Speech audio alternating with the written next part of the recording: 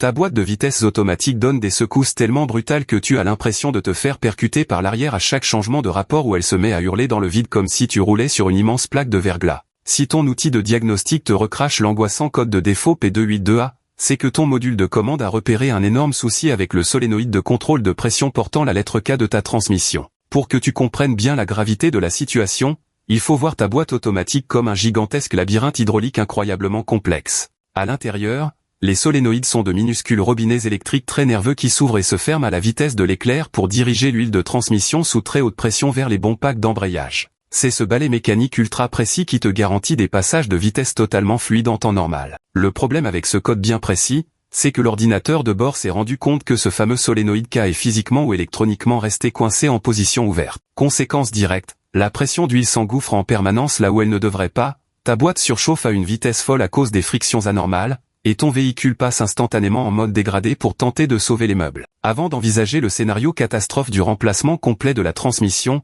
tu dois absolument vérifier la base de la base, c'est-à-dire l'état de ton fluide de transmission. Tire la jauge et regarde attentivement la couleur et l'odeur de l'huile. Si elle ressemble à du vieux café noir et qu'elle sent fortement le cramé, il y a de très grandes chances que de la limaille de fer ou des résidus d'embrayage aient totalement bouché ton filtre interne et coincé le petit tiroir mécanique de ce solénoïde K.